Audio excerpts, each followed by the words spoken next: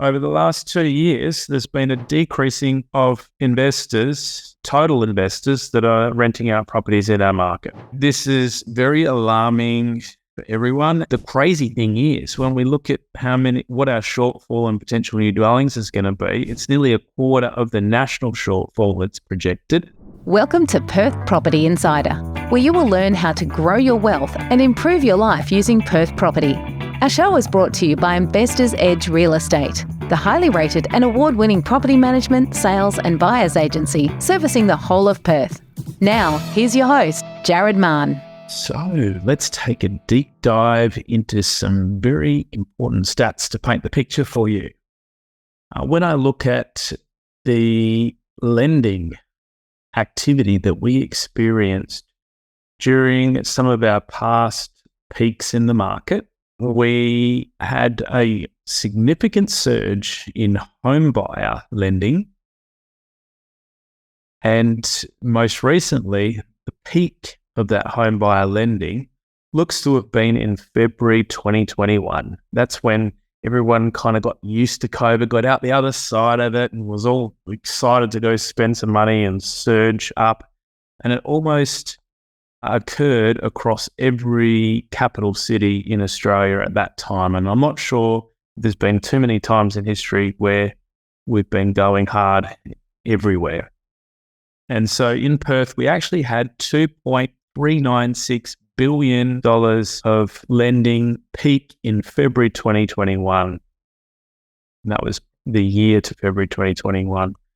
So a massive amount of lending. And when we go back and look at previous peaks where home buyers have been really active and taking out lots of lending, those peaks were in June 2014 when we had $1.893 billion, and September 2009 when we had $1.733 billion. Also had some other peaks in June 2007 with $1.64 billion and July 2006 with $1.58 billion. And when I look back over those years from 2006 onwards to 2023, what we're talking about there is 17 odd years that we're encompassing those peaks in. And I'm looking over almost a 20-year sort of period here.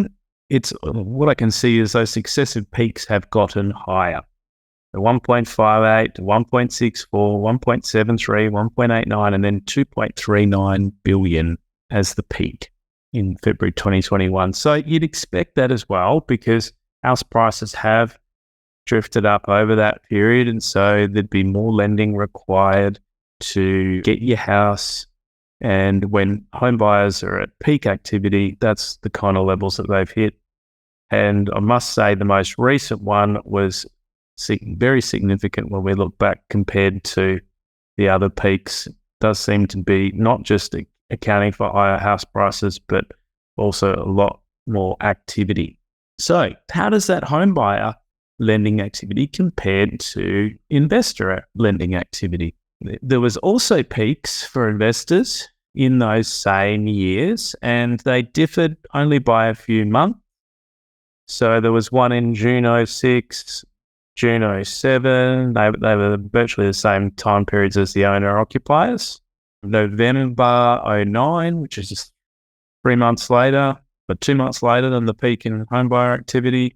September 2014, so that was roughly 3 months later than the peak in home buyers. And March 22 is when the investor peak occurred. But when I say peak, it's been relatively flat and sideways since that point. And hasn't continued to go to new highs. So at the moment, it seems like it's the peak for this period anyway.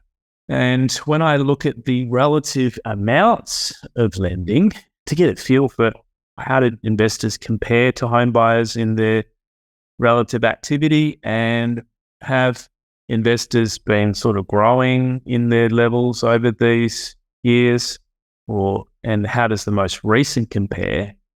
So we've had $1.128 billion in June 2006, 0.077 billion, June 07, 0.89 billion in November 09, so not as big. September 14, we had 1.011 billion, and March 22, we've been at around that 0.725 billion. So when I compare that with the home buyer levels, it never gets anywhere close, but maximum it usually gets to is around 2/3 the home buyer level. And when I look back over the trend in these sort of investor borrowing levels, it hasn't continued to increase over time like the home buyers have. We actually had our highest investor lending year in June 06, which had a 1.128 billion, and we've had our lowest investor lending year in March 22 with 0.725 billion. So home buyers have very much driven our growth over the last couple of years relative to investors, and investors have not really joined the party here yet in Perth. It's what's clear from that. It is still a pretty high figure and there is a lot of activity, but it's really only at around 2/3 the level that it's been at in each of our previous highs of investor activity that we've had in the past. And what I do know is that of the 20 to 25 investors that we see coming to us for property management each month, having just bought a property, an investment property, and looking to rent it out, only about 2 to 3 of these 20 to 25 investors each month, these new clients, are locals. Just 2 to 3. That's about 10% of the total activity that we're personally seeing as with our property management side of the business, which is tiny. When I speak to other finance brokers and speak to other buyers agents, locals are also the minority. So it's not just what we're seeing as a business, others are seeing this across the board. Locals have not yet joined the investing party in any great extent. And this makes me believe that there could still be a tipping point when locals finally see enough growth in their existing homes and their investment properties if they already have one. The buzz gets around at barbecues. They tell their friends, hey, look, I'm doing really great in property. Come to the party too. And I believe that there's potential still for a lot more investors to come. Whereas the East Coast investors have believed in that potential. They've already been buying here for 2 to 3 years. They've already been experiencing, great gains, and it's always the people that get in first and sooner that get more of that upside. And the other thing that I think may happen is if we don't get all these locals join the party to any great extent, is that I think alternatively we may just have a longer and more sustained period of purchasing by investors as opposed to a sharp rise, which we typically saw in the past. I think the rising interest rates have dampened what rise we may have otherwise seen. So it's dampened off that peak and might be spread out longer because we still represent value. We still represent great rental yields. So it could just mean that investors continue to buy in Perth over a longer period of time, because think about what that peak does. A peak of activity drives up prices quickly, that drives down rental yields, and it then becomes no longer as attractive. And so the activity starts to go down and ceases. But because we're not getting that strong drive up as quick, I think it's going to represent value and a buying opportunity for longer. Spread that curve out. One of those two things will happen. We'll either hit the tipping point or spread it out for longer. Now, let's take a look back in the past as to how the median house price highs have actually compared. Where have they been at for price and when have they occurred? Because I've primarily just been looking at the activity. Now, what we actually had in Perth is from 1993 till approximately 2007, we've had almost continual growth. And the median house price in 1993 was $100,000. Wouldn't you love to go back and buy a few houses then? And by the time we got to 2007, when we hit a peak for a while, we hit 475,000. So significant growth over that period.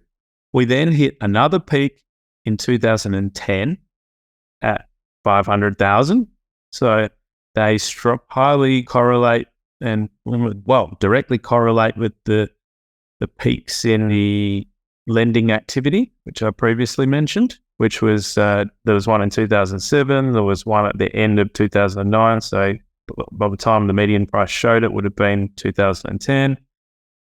And then we had a further peak in the median house price at 545,000 in 2015. And yet the peaks in lending activity was June and September of 14. So median house price showed up 2015 as its peak, 545.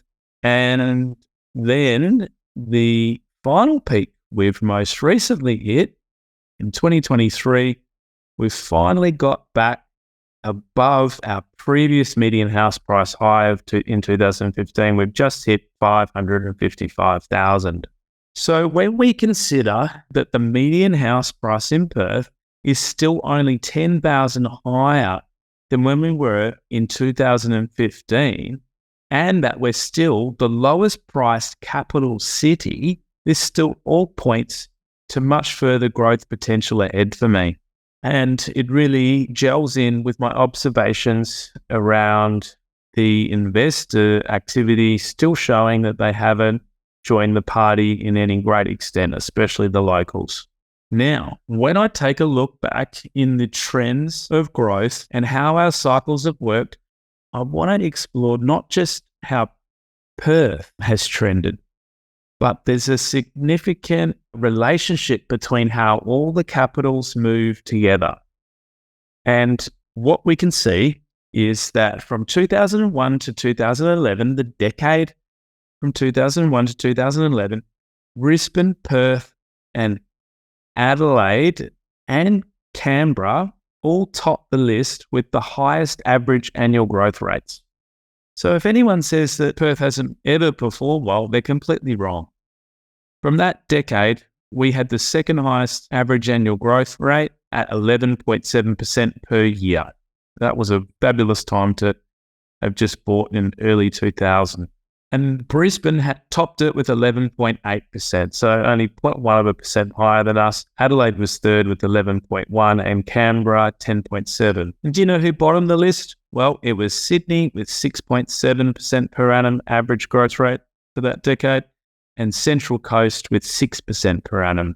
So you need to take a long-term view when you look at how cities perform, and anyone that just focuses on a single decade's not getting the whole picture, because they'd come away maybe from this decade thinking, oh, Sydney's done really bad, Central Coast has done really bad, Perth's the place to be, Brisbane's the place to be, let's chuck all their money in there. And some investors did that. When we then look at the next decade, from 2011 to 2021, guess what cities have topped the list for growth? Central Coast topped the list for growth, and it was the worst performing capital area in the 2001 to 2011. Next decade, it's the best performing capital area with 9.2% per annum average annual growth rate. Sydney was second top performer when it was actually second worst performer in the previous decade. And when we go down the list, where is Perth? Well, Perth, Brisbane and Adelaide that performed the best in the 2001 to 2011 period all performed the worst in 2011 to 2021 period, with Perth being on the bottom of that pile with just 1.3% per annum average annual growth rate. Adelaide with 3.7, Brisbane with 4.9. So if you could imagine, everything has switched places virtually. Those that underperformed have then outperformed. Those that have outperformed have then underperformed when we look across 20 years. And it's really eye-opening and shows us that high growth cannot continue indefinitely, and that buyers will follow value, increasing prices and balancing out growth towards the long-term average. And they call it mean reversion. So reverting back towards the mean. And it's really worth understanding, because when we look ahead, what do you think, what top 3 capital cities do you think there'll be over the next decade? It's a pretty decent chance that it's going to be the bottom 3 from the last decade. If I was a betting man, I'd place that bet, and I certainly am. So Perth, will we see a top growth over the next decade? Certainly looking like that could do so. Adelaide and Brisbane, who perform worst, have already had significant surges going into this next decade from 2022 onwards. And Perth has started to show signs of doing very well, but hasn't yet really showed up on the median house price anyway that it's been surging. So that's another reason why I think that the average annual growth will revert towards the mean, and why there is so much potential in Perth. And when I consider all the fundamentals and everything else pointing to it, this is another reason why I'm so bullish on Perth. Now, if the potential for the next decade is so great, why are local investors selling up? I've been asking myself this question. And let's take a look at some of the stats. So analysing the government-issued data on rental bonds, the Real Estate Institute of WA has determined that the pool of rental properties has actually fallen to 219,679. That's total rental properties in WA at the end of March. And there's actually been a decrease by 861 properties so far in 2023, and almost 5,000 in the past 12 months. There's been a decrease of rental properties. So owners selling and not being offset by new investors buying in. So that's a decreasing of the rental pool. And that's on top of, over the last 2 years, there has been a fall by 19,000 rental properties in the rental pool. So that's significant. That is approximately 10% drop in the total number of properties that are available for rent. And you only need to think for 1 second why our rental market is so tight and in crisis, and vacancy rates are next to zero, and tenants aren't able to readily find places, and it's just horrible for them, and it's a really bad state for us to be in. So this hasn't happened overnight. Over the last 2 years, there's been a decreasing of investors, total investors that are renting out properties in our market. All the East Coast investors that are buying in that we're seeing are not offsetting the locals that are selling out. And it's mainly locals that are selling out. So Western Australia, as they say, Real Estate Institute here, we appear to be on a concerning trajectory with housing supply in general, as highlighted in the recent report by the National Housing Finance and Investment Corporation, which estimates that we would face a shortfall of 25,200 new properties by 2027. So this is very alarming for everyone, and it's going to require, 25,200 new dwellings. And the crazy thing is, when we look at what our shortfall and potential new dwellings is going to be, it's nearly a quarter of the national shortfall that's projected. And we're only 10% of Australia's total population. So 10% of the population with 25% of the shortfall in housing seems like a recipe for demand to keep exceeding supply. So why are investors selling? Let's keep going into this. Well, when I'm speaking to the clients that I'm selling for, over the last year, I've sold approximately 80 properties, helped a lot of clients get really great prices when they are selling and do it without stress. And obviously, I'm chatting to them about what are their reasons for selling, why they're looking at selling and selling now. And I'm trying to make sure that it makes sense to the people that I'm selling for, that they know that there could potentially be growth ahead, and that it really checks out, and they're not just doing it out of, spur of the moment thinking. So I can't say that every other selling agent in Perth is doing that. If a normal selling agent hears from an owner thinking of selling, of course, they're just going to put it on the market and often don't even try to maximize that price and don't even, challenge the thinking or look at, is it really the best thing as part of their overall plan, and how do we change our timing up to get the best price possible? So why are people selling? Well, the increasing holding costs is getting to some people with interest rates going up. Some of them are accidental landlords and they always plan to sell, and they were just waiting for the market to get better. They couldn't afford to sell previously. Maybe the price drop on their property could have been too great for them to clear their loan or for them to get enough back that they put in. So they've always planned to sell. When prices get back, they can get out, and it doesn't suit their longer term plan to keep the property. That's a big portion of people too.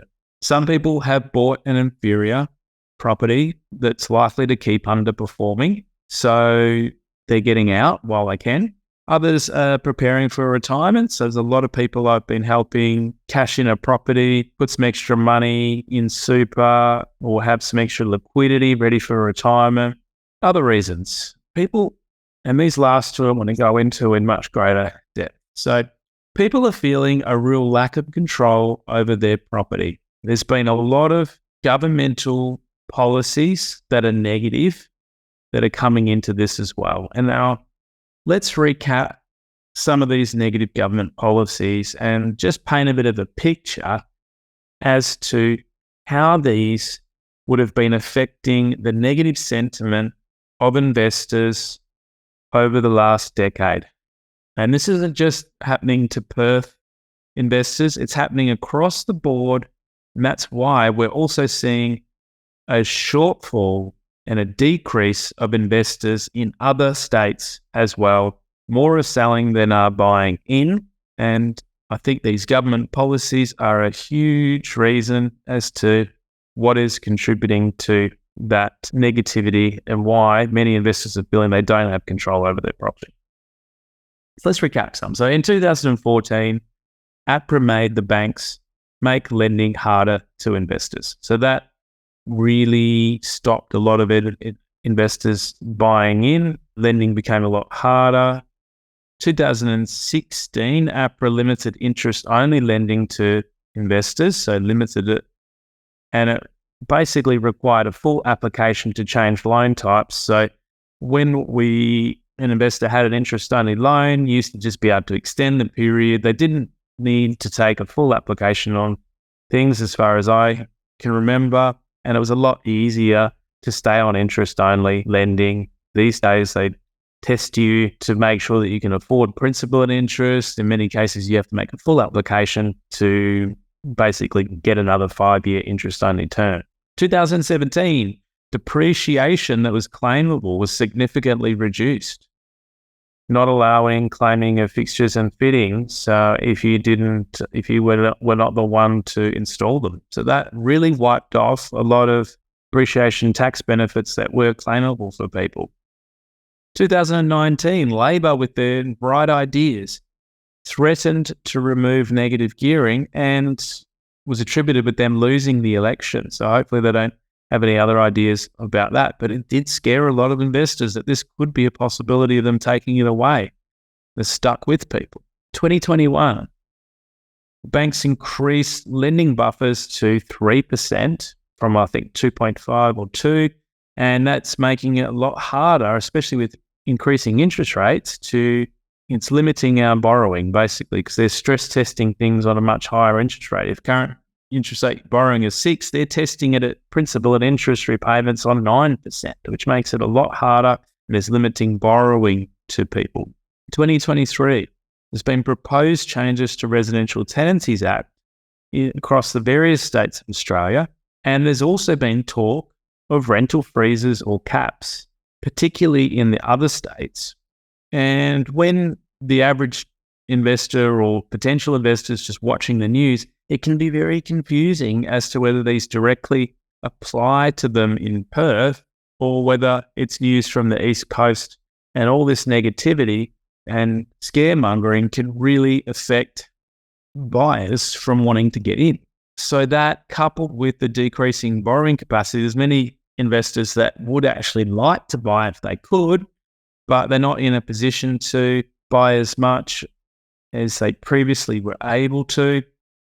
And some of them feel like they're losing control with changes through Residential Tenancies Act and these negative government policies that keep happening or threatening to happen. So when I actually look through to where are we at in WA, Perth, relative to the other states, I think we've actually got it really good so far. Touch wood that it's going to stay that way, but I don't know every detail of all the government policy changes in every other state. I certainly know that WA seems to have a much more reasonable and manageable levels of reforms and changes compared to what we've seen getting proposed and passed in Queensland, Victoria and the ACT.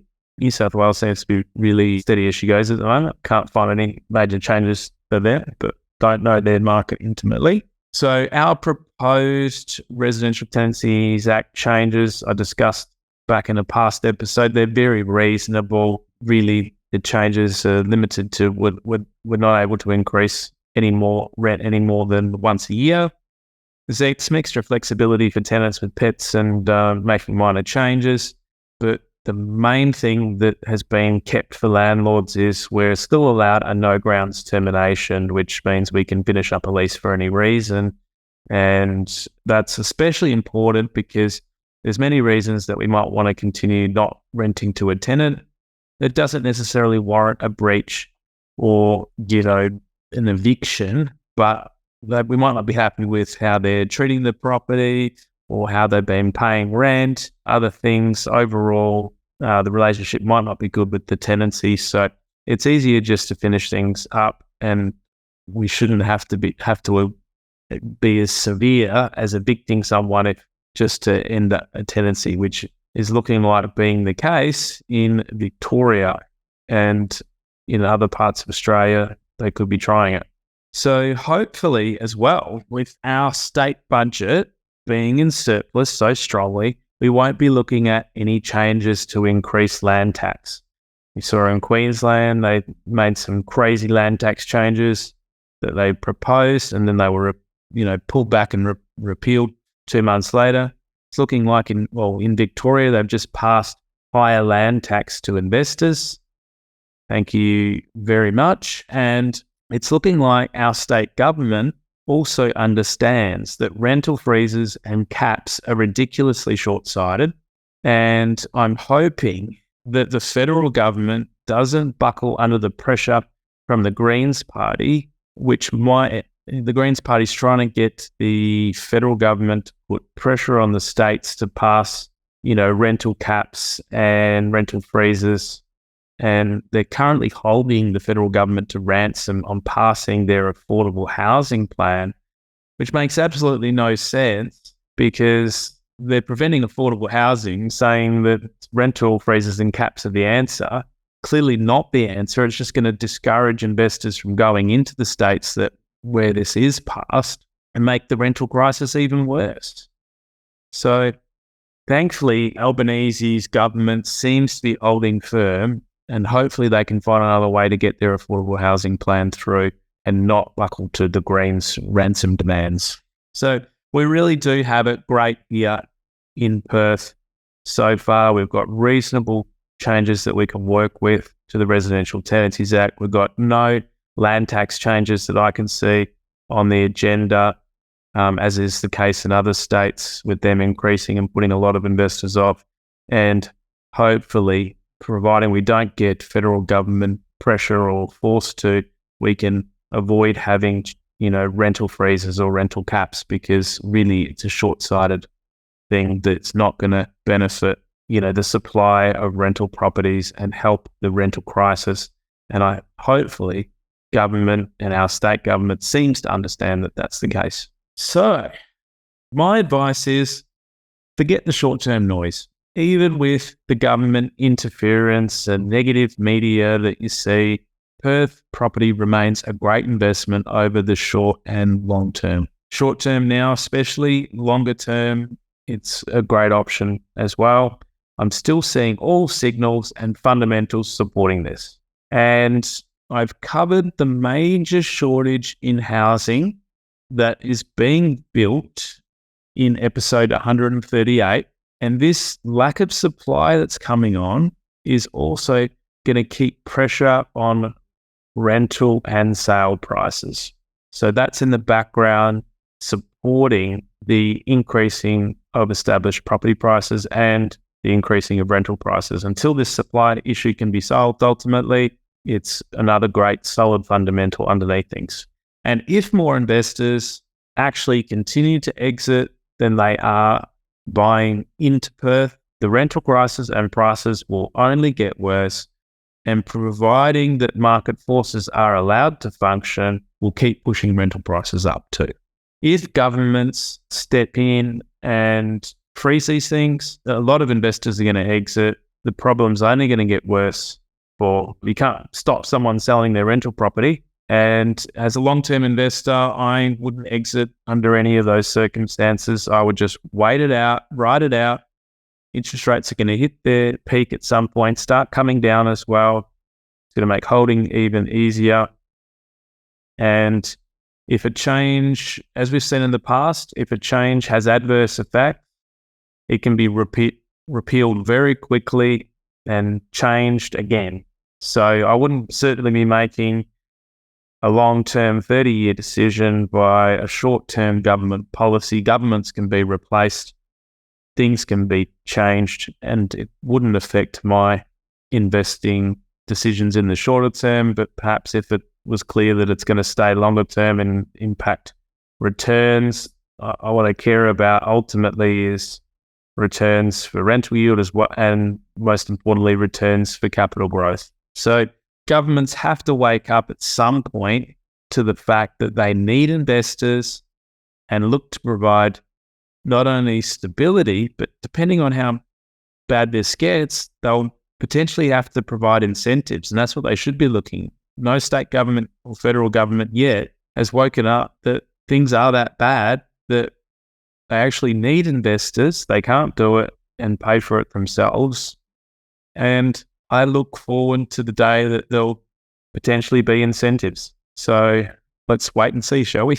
Thanks for tuning in. Hopefully this deep dive's given you some real insight into why local investors are late or leaving the party early, and a deeper insight into the actual opportunity that does exist. I'd encourage you to push through, because you'll be much better off if you do buy sooner rather than joining that party late. Thanks for joining me. Catch you on the next one.